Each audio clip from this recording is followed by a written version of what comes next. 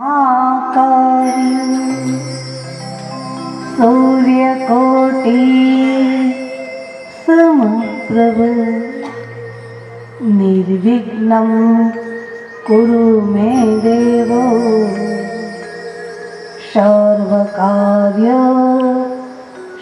सर्वदा मुक्ता विद्रुमहे मनेलधवले चाये मुखी तीक्ष्णी युक्तां बिन्दुनिबद्धरत्नमुकुटा तत्त्वार्थनात्मिकाम् गायत्रीं वरदां वयं कुशकुशं शुभं कपालं गदं शङ्खं चक्रमता रविन्द्रयुगलं हस्तेवान् तिं भजे हस्तेवान् तिं भजे वन्दे देवो मापति सद्गुरु वन्दे जगत् कारणं वन्दे पद्मविभूषणं मृगधरं वन्दे पशूनां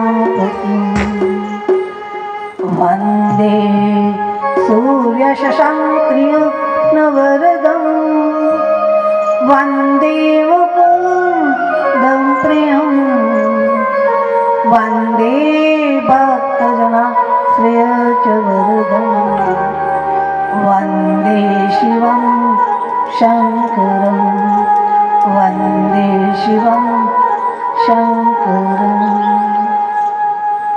शान्ताकारं भुजगशयनं पद्मनाभं सुरेश्वरं विश्वाधारं गगनसदृशं मेघवर्णं शुभाङ्गं लक्ष्मीकान्तं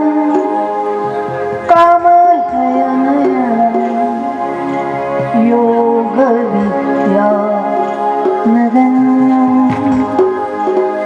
वन्दे विष्णु भवभयहरणं सर्वलोकैकनाथं भावाब्रह्मा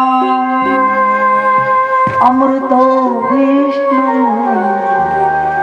सर्वेश्वरो महेश्वर अलकदत्त रूपस्य तस्मै श्री गुरुदेव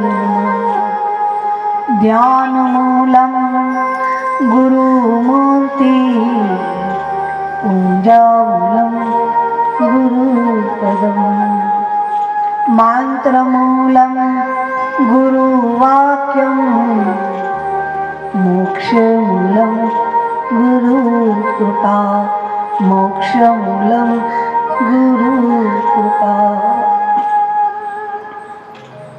परम कृपाड़ी परमेश्वरी मंगलमय आद्यशक्ति विश्वमाता विश्व गायत्री एवं महाकाली माँ लक्ष्मी माँ सरस्वती ना चरणों में कोटे कोटे वंदन।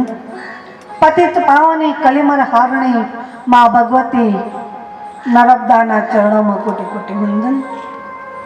परम पूज्य वंदन्य दत्त स्वरूपा पूज्य गुरुदेव ना चरणों में वंदन। यहाँ आसन लगावीने विराजमान सप्त ऋषिओं चरणों में प्रणाम।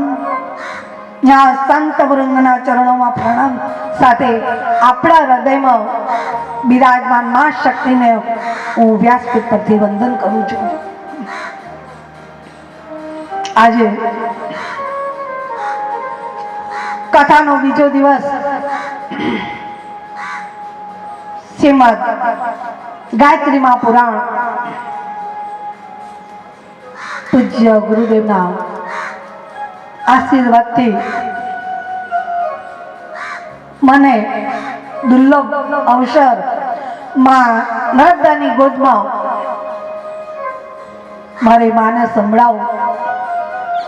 તમે અહીંયા બિરાજમાન છો, મારી માની સખ્યો સ્વરૂપે હું તમને નિહાળું છું.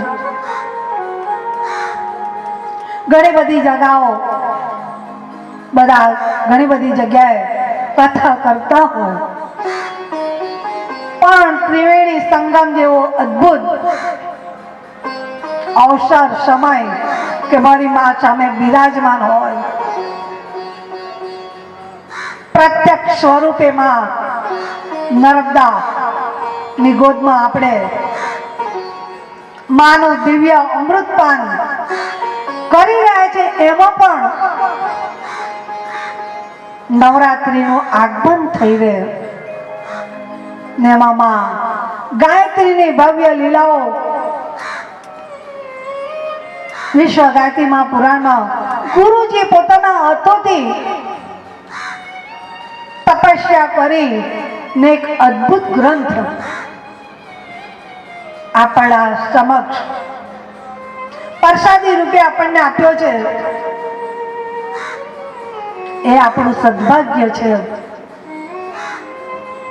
કે જે ભગવાન શિવજી જેનું સતત ધ્યાન ધરે, જે ઋષિ મુનિઓએ કૈલાસમાં કહેવાય છે કે કૈલાસની કંદનામાં માનસના મોતી હજારો વર્ષો સુધી તપસ્યા કરી રહ્યા છે અને માને પ્રગટ કરી અને જે માએ આશીર્વાદ આપ્યા છે એનું આ દિવ્ય પાન છે. ખરેખર જે સમજી શકે, કાલે પણ મેં તમને કીધું હતું કે જે ખરેખર સમજે એના માટે આ બ્રહ્મ જ્ઞાન છે. જે ન સમજે એના માટે કાંઈ નથી.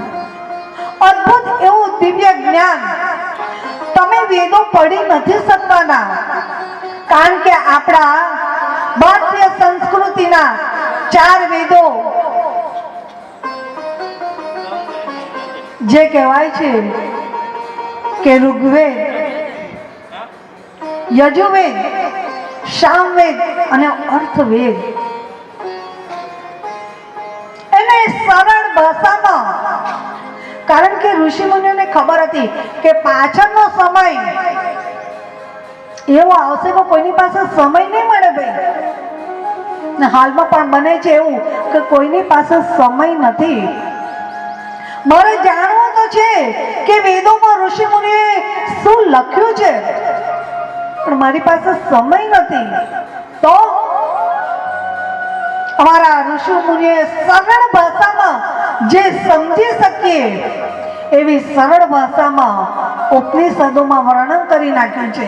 આ જે કંઈ વ્યાસપીઠ પર હું જે કંઈ કરીશ, બોલીશ, ગુરુજી મને બોલાવશે એ વેદોનો,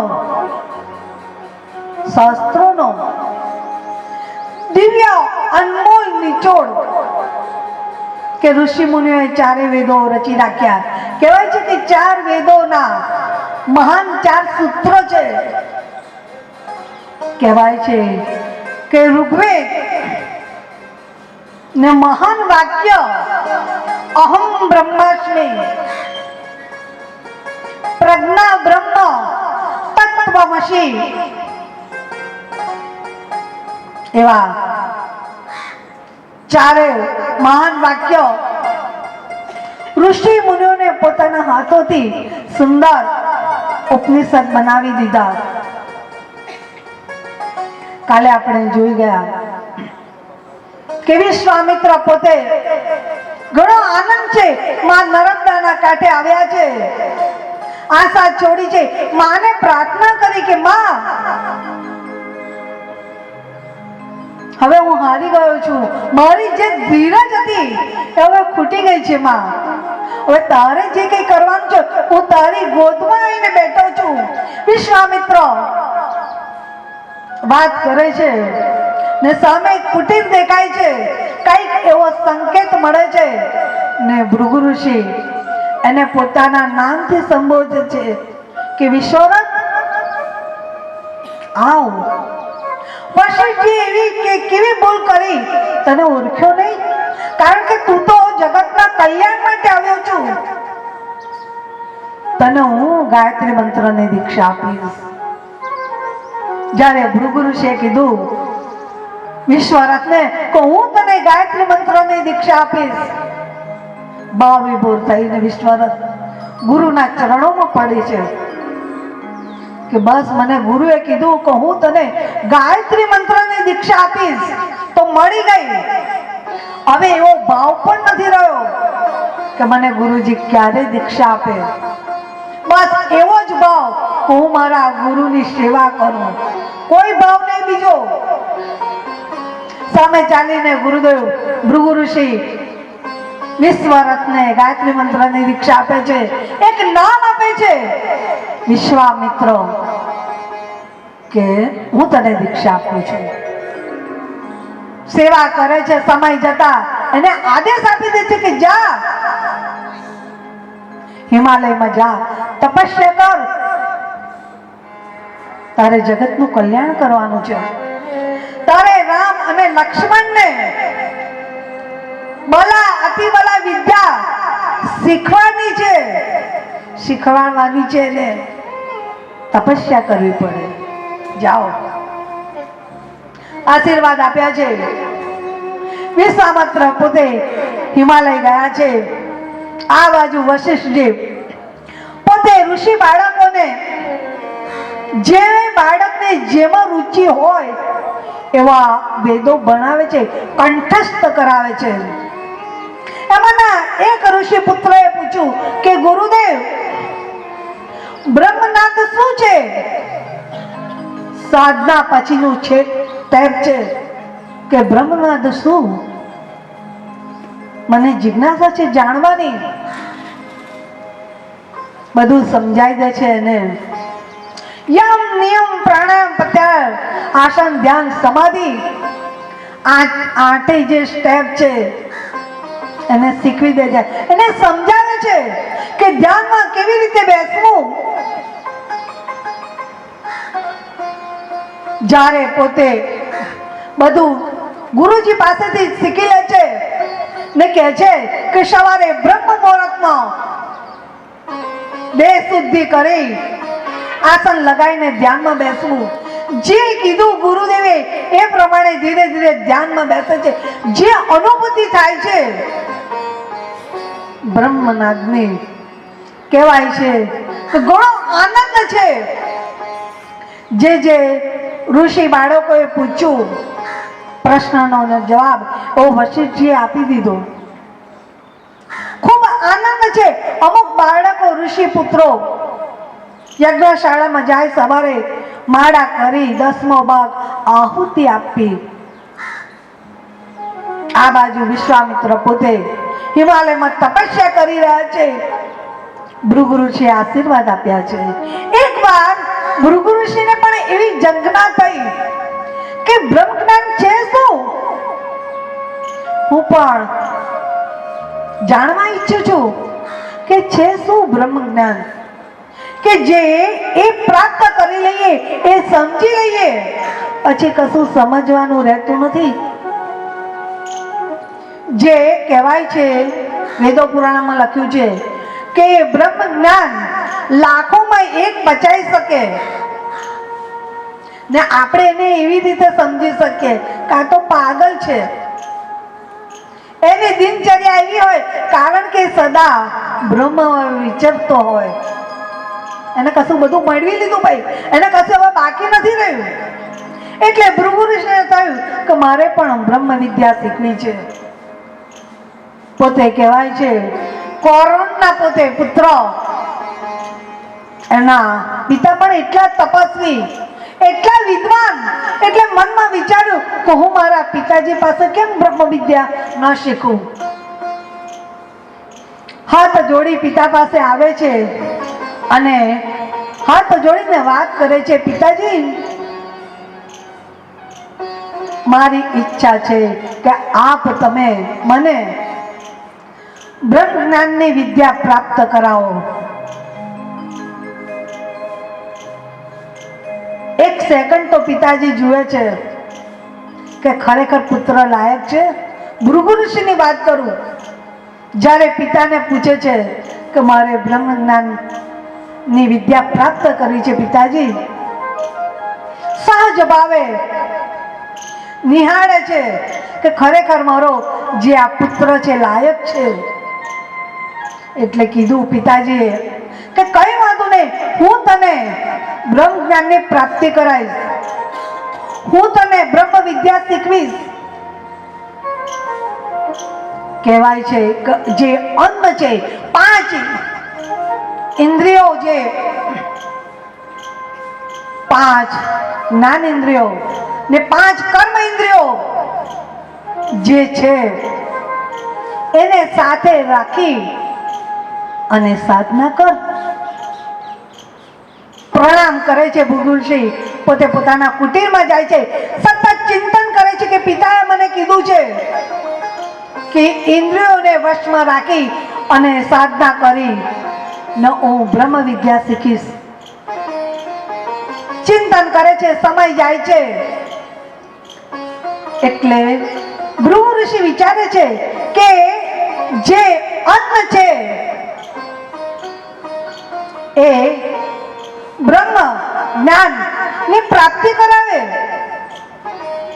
કારણ વિચારે છે, ચિંતન કરે છે કે પિતાજીએ કીધું છે કે અંગ દ્વારા જીવ પોતે જીવી શકે છે. જો અન્ન ના લે જીવ તો એનું શરીર ક્ષણિક થઈ જાય અને પોતે શરીર છોડી દે. એટલે પોતે ઘણા આનંદમાં આવે છે, પોતાના પિતાજી પાસે જાય છે, વરુણ ઋષિ પાસે જાય છે, હાથ જોડીને પ્રણામ કરે છે. પિતાજી હાથ જોડીને કહે છે કે મને બ્રહ્મ જ્ઞાનની પ્રાપ્તિ થઈ ગઈ. બોલે છે કે જે અન્ન છે એના દ્વારા મેં કંઈક જાણ્યું છે. એટલે સહજ રીતે પિતાજી કહે છે કે નહીં, તપસ્યા કર. કઈ જવાબ આપતા નથી, કહે છે કે ખાલી તપસ્યા કર. એટલે પોતે ભૃગુ ઋષિ પાછા પોતાના કુટીરમાં આવે છે કે ખરેખર તો શું. થોડો સમય તપસ્યા કરે છે, પાછા આવે છે પિતાજી પાસે કે મેં બ્રહ્મની અનુભૂતિ કરી લીધી. પિતાજી જોડે છે, હાથ જોડીને કહે છે કે એક પ્રાણ છે, જો શરીરમાંથી પ્રાણ નીકળી જાય તો આ શરીર સાથ આપતું નથી. એટલે સહજ ભાવે પિતાજી કઈ જવાબ આપતા નથી, પ્રશ્નનો જવાબ નથી આપતા. તપસ્યા કર. પાછા જાય છે ભૃગુ ઋષિ, તપસ્યા કરે છે. એમ 4 વાર આવે છે પોતાના પિતાજી પાસે, પ્રશ્ન કરે છે. એટલે પિતાજી કહે છે કે નહીં, હજુ થોડું પ્રાપ્ત કર્યું છે, બ્રહ્મ વિદ્યા પૂરી પ્રાપ્ત કરવાની છે, ખાલી ઝાંખી થાય છે. વાંધો નથી.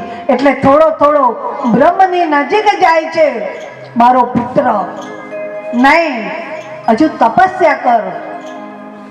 જ્યારે ભૃગુ ઋષિ પ્રણામ કરે છે પોતાના પિતાને, પાછા ગુફામાં જાય છે, તપસ્યા કરે છે, ઇન્દ્રિયો પર વિજય પ્રાપ્ત કરે છે. સમય જાય છે, પાછા આવે છે ભૃગુ ઋષિ, પોતાના પિતાને પ્રણામ કરે છે. પિતાજી, એક એવું તત્વ છે ધ્યાન દ્વારા એવી અનુભૂતિ કરી છે કે જે શિવ સ્વરૂપ પોતાના ગુરુમાં નિહાળે છે. દરરોજનો નિયમ કે પોતાના ગુરુની પૂજન કરવી. એવો ભાવ થયો કે શિવની પૂજા થાય કે ન થાય પણ મારા ગુરુની પૂજા કરવી રહી. જ્યારે શિષ્ય પોતાના ગુરુની પૂજા કરે એવો અનુભવ થાય કે સાક્ષાત ભગવાન શિવની ઋચાઓ દ્વારા પૂજા કરી રહ્યો છું. એમના ચરણો પર અભિષેક કરે એવો ભાવ વિભોર થાય શિષ્ય. એ સદગુરુની કૃપા. સાક્ષાત ગુરુમાં ભગવાન શિવના દર્શન થાય. દેવી, આ જે હું તને અમૃતપાન પાઉં છું એ બ્રહ્મ જ્ઞાન છે દેવી. એ પ્રાપ્ત કર્યા પછી બીજું કશું પ્રાપ્ત કરવાનું રહેતું નથી. જે બ્રહ્મમાં વિચરતો હોય એની દરેક ક્રિયા બીજાને પાગલ જેવી લાગે. ગાડો છે, ગેલો છે, કશું ભાન નથી ભાઈ. આ સંસારીના શબ્દ પણ અમારા જેવા યોગી સિદ્ધ પુરુષો હોય એને ઓળખી શકે એવી એની દિનચર્યા હોય. મળે તોય શું, ખાધું તોય શું, ના ખાધું તોય શું, કોઈ ચોઈસ નહીં ભાઈ. કશામાં નહીં. કોઈએ આપ્યું તો ગ્રહણ કર્યું, કોઈએ ન આપ્યું તો નહીં લીધું. એવી આ તમને એટલા માટે હું તમને કહું છું કે તમારા આગળ પાછળ એવા અવધૂત સ્વરૂપો ફરતા હોય તો બીજું કાંઈ નહીં, હાથ જોડીને મસ્તક નમાવજો, આશીર્વાદ લઈ લેજો ભાઈ. કારણ કે આપણે અજ્ઞાની જીવ છે, આપણે માયામાં બંધાયા છે એટલે આપણે ઓળખી નથી શકતા. એમાંનો એક શિષ્ય હાથ જોડી ગુરુને પ્રશ્ન કરે છે કે ગુરુદેવ, હું ધ્યાનમાં બેસી શકતો નથી. હું ટાઈમસર સવારે ઉઠી શકતો નથી.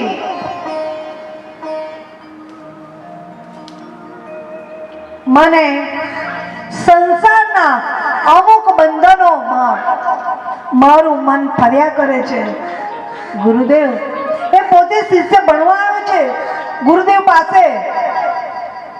પહેલાના જમાનામાં પોતાના દીકરાઓને ઋષિકુળમાં ગુરુકુળમાં ભણવા જવું જ રહ્યું ભાઈ. ને એમાં પાછો બ્રાહ્મણ હોય તો એને તો વેદો ભણવા જ રહ્યા ફરજિયાત. કારણ કે ઘરથી જ આદેશ આપે કે જાઓ ગમે તે એક વેદ કંઠસ્થ કરીને આવો, વિદ્યા પ્રાપ્ત કરીને આવો, આચાર્ય બનો. એમને ન હોય પાછું. એટલે હાથ જોડીને ગુરુદેવને પ્રશ્ન કરે છે કે મને માયાએ જકડી લીધો ગુરુદેવ. મારું મન લાગતું નથી. હું સમયસર સવારે ઉઠી શકતો નથી. એટલે ગુરુદેવે એને આશીર્વાદ આપ્યા, એને નજીક બેસાડ્યો. કારણ કે આ તો વશિષ્ઠજી હતા ને 60,000 બાળકો, ઋષિ બાળકો ભાઈ. બધાને વિદ્યા ભણાવી રહી, નજીક બોલાવે છે માટે હાથ ફેરવે છે. એ વખતે માયાથી પર કેવી રીતે રહેવું શિષ્યને સમજાવે છે. અમુક જણ શિષ્ય ગુરુદેવને પ્રશ્ન પૂછે છે કે ખરેખર સુખ અને દુઃખ એ શું છે? ગુરુદેવ સરળ રીતે શિષ્યોને સમજાવે છે કે દુઃખ અને સુખ આપણે ક્યારેક આપણા જીવનમાં એવી આપત્તિ આવી જાય, આપણા જીવનમાં એવું દુઃખ આવી જાય તો આપણે કંઈક એવું ચિંતન કરી લઈએ કે કંઈક ગયા જન્મમાં કંઈક ખોટું કર્યું હશે તો આજે હું ભોગવી રહ્યો છું. તમારા વશિષ્ઠજી શિષ્યોને કહે છે કે સુખ અને દુઃખ માણસ પોતે પોતાના સ્વભાવથી પ્રગટ કરે છે. સુખ અને દુઃખ એવી કોઈ ભગવાને એની રચના જ નથી કરી. માણસ પોતે પોતાના સ્વભાવથી દુઃખી થાય છે. બીજો શિષ્ય હાથ જોડીને કહે છે, ગુરુદેવ, માયાથી પર કેવી રીતે રહેવું? આ બધા જે શિષ્યો સવાલો પૂછે છે એ બધા આપણને લાગુ પડે છે. માયાથી પર વશિષ્ઠજી કહે છે, રાજા જનક નું જીવન, રાજા જનક પોતે જેવી રીતે જીવ્યા છે એ એવી રીતે જીવન જીવવું. જ્યારે માયામાં જીવ જ્યારે બંધાય છે, ખાસ ધ્યાન રાખજો, તો વિષાદ સિવાય કઈ નથી. આ મારું છે ને આ મારે કરવાનું છે. અજ્ઞાની જીવ એ એવું જ કહે છે વારંવાર કે આ મેં કર્યું છે, મેં મહેનત કરી અને આ ઊભું કર્યું છે. સંસારની ભાષા,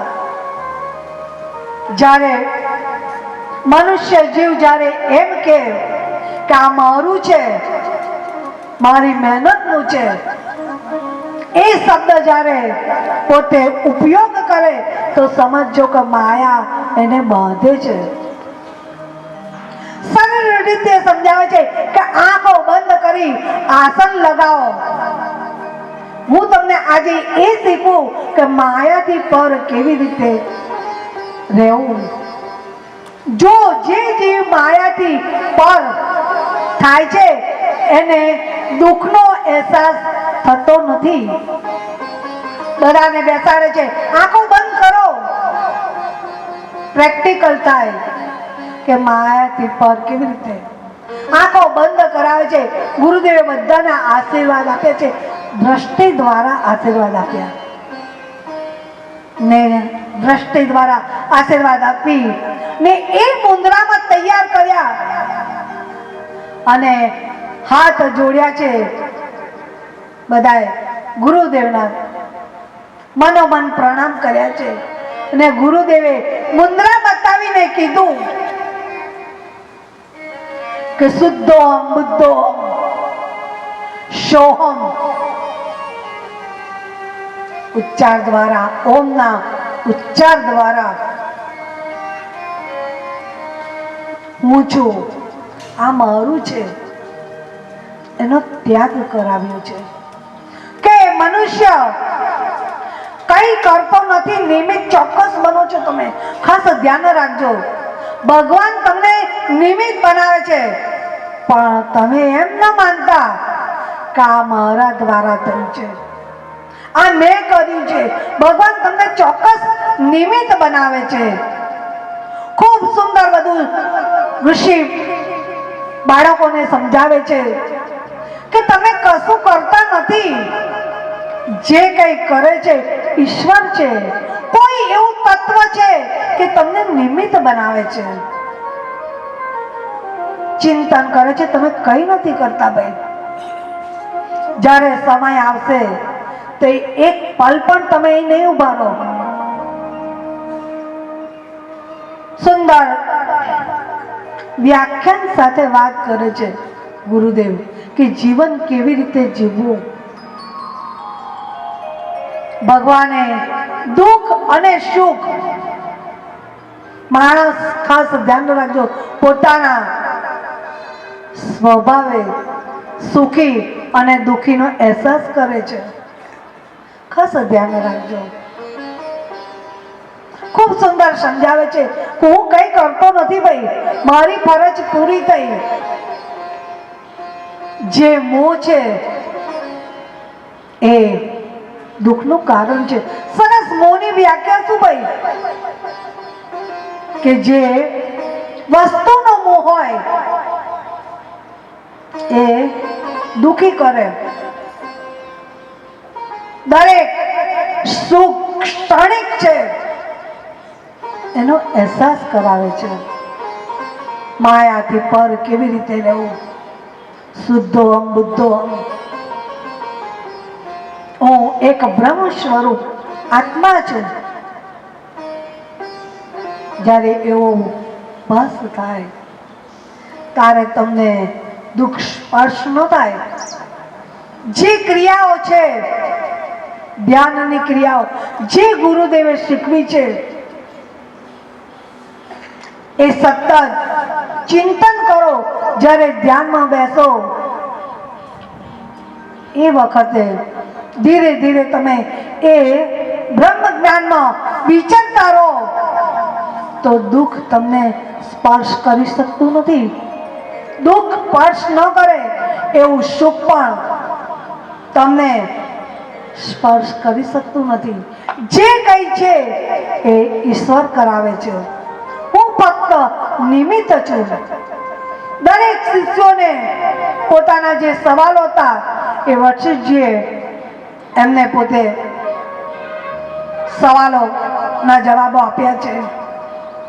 સંધ્યાનો સમય થાય છે, બધા સ્નાન કરીને આવે છે અને પોતે સંધ્યા કરવા બેઠા છે. આ બાજુ વિશ્વામિત્ર પોતે તપસ્યા કરી છે, અન્નજળનો ત્યાગ કર્યો છે. ખૂબ તપસ્યા કરી ભાઈ. બ્રહ્મલોકમાં આખું બ્રહ્માંડ ડોલવા લાગે છે. ઇન્દ્રને ચિંતા થાય છે. ખાસ ધ્યાન રાખજો, આજના સમયમાં પણ પૃથ્વી ઉપર કોઈ એવો તપસ્વી વિરલો હોય, એવો સાધના કરતો હોય તો ચોક્કસ ઇન્દ્રનું સિંહાસન ડોલે. એ પણ એની રીતે પરીક્ષા કરે ને એનો તપ ભંગ કરાવે. એ તમને ના ખબર પડે, આવા સાધુ હોય એમને જ ખબર પડે. એનું ચોક્કસ કોઈ નિમિત્ત બનાવી ને એનું તપ ભંગ કરાવે. વિશ્વામિત્ર પોતે તપસ્યા કરી રહ્યો છે. ઇન્દ્રનું સિંહાસન ડોલવા લાગ્યું. જઈને કે છે, નારદ મુનિ આવે છે કે જાઓ જુઓ. સેનાપતિઓને મોકલે છે કે જાઓ જુઓ આ બ્રહ્માંડ કેમ ડોલે છે, મારું સિંહાસન કેમ ડોલે છે, કોણ છે આ? તપાસ કરાવે છે. ખબર પડે છે કે પૃથ્વી લોકમાં એક એવો તપસ્વી વિશ્વામિત્ર છે કે જેની તપસ્યાથી આખું બ્રહ્માંડ ડોલે છે. તો નારદ મુનિ ઇન્દ્રલોકમાં આવ્યા છે કે તો વિશ્વામિત્ર છે, તપસ્યા કરે છે. શેના માટે કરે છે ખબર નથી. હંમેશા ધ્યાન રાખજો, જ્યારે સાચા સંતો હોય, જ્યારે ભગવા કપડા પહેરે, એને સંસારનો મોહ હોય નહીં. એને એના ગુરુ એક જ વિદ્યા ભણાવે. દરેક સાધુની વાત કરું છું. એને એક જ વિદ્યા એના ગુરુ ભણાવે કે તારો જન્મ જગતના કલ્યાણ માટે છે, પોતાના માટે નહીં, પોતાની ઈચ્છા પ્રાપ્ત કરવા નહીં. જે કોઈ સાધુ હોય એ જે તપસ્યા કરે, જે ધ્યાનમાં બેસે, જગતના કલ્યાણ માટે હોય. વિશ્વામિત્ર પણ એવો જ હતો. એને ઇન્દ્રનું સિંહાસન નહોતું જોઈતું, પરંતુ ઇન્દ્રને એવો ડર હતો કે આ મારું સિંહાસન તો છીનવી નહીં લે ને, એટલે મેનકાને તૈયાર કરે છે કે જાઓ એનું તપ ભંગ કરો. જો ખાસ ધ્યાન રાખજો, દેવોને પણ શાંતિ નથી, કારણ તો આવા સંસારમાં મૃત્યુલોકમાં આવા પણ વિરલા છે કે સતત તપસ્યા કરી તો એ દેવોને પણ આવવું પડે તઈ મસ્તક નમાવા માટે.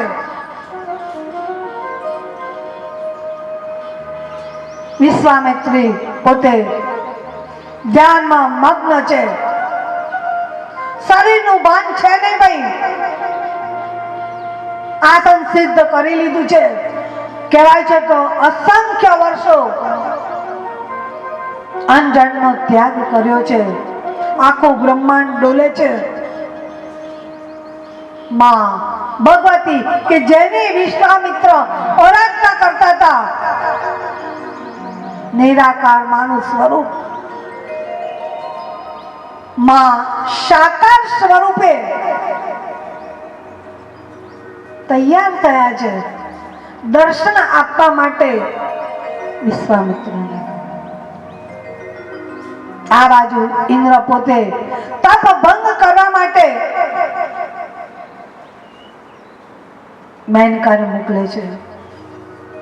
વારા ફરતી બધી અપ્સરાઓને કહે છે કે તમે જાઓ.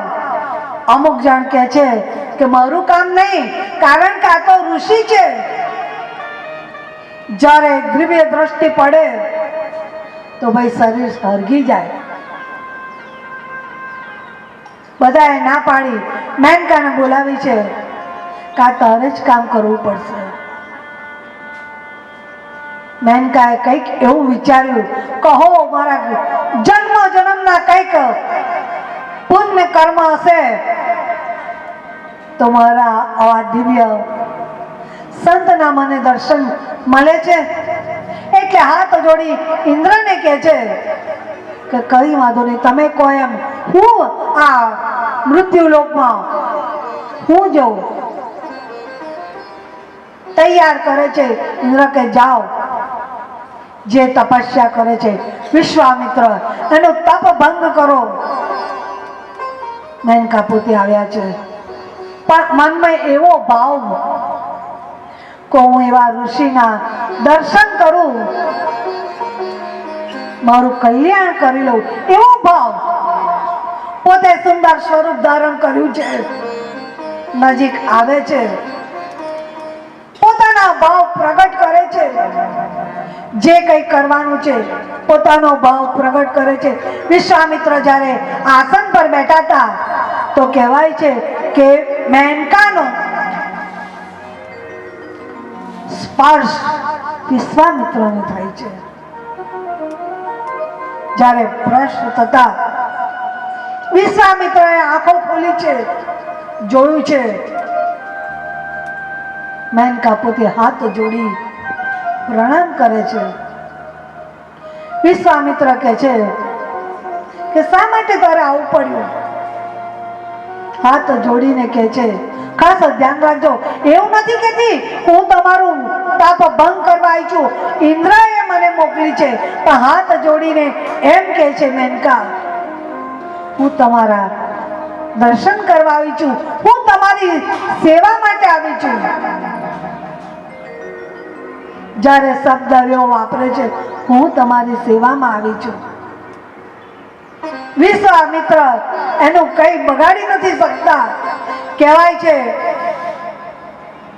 વિશ્વામિત્ર પોતે મેનકાની સેવામાં સાથે જોડાયા છે. ઘણો સમય થયો છે. કહેવાય છે કે પછી એમને સાધના ફરી ચાલુ કરી, ફરી પાછી તપસ્યા કરી છે. કારણ કે એમને તો માં જગદંબા પરમબામાં શક્તિને પ્રાપ્ત કરવાતા વિશ્વામિત્ર એને કશું ના કરી શક્યા ભાઈ. કારણ કે શબ્દ બદલાઈ ગયો, હું તમારી સેવામાં છું. હાથ જોડ્યા છે. વિશ્વામિત્ર કઈ નથી કરી શક્યા. સમય પાછો જોયો છે, ગુરુને યાદ કર્યા છે, ભૃગુ ઋષિને યાદ કર્યા છે કે ગુરુદેવ આ શું થયું? આપ આશીર્વાદ આપો. ગુરુનું સ્મરણ કરે છે. પાછા સાધનામાં લાગ્યા છે. અસંખ્ય વર્ષો સાધના કરી છે, પાછી એ જ સ્થિતિ આખું ગ્રહ કરે છે ને કઈક સ્તુતિ માની હે જગજનની હે જગ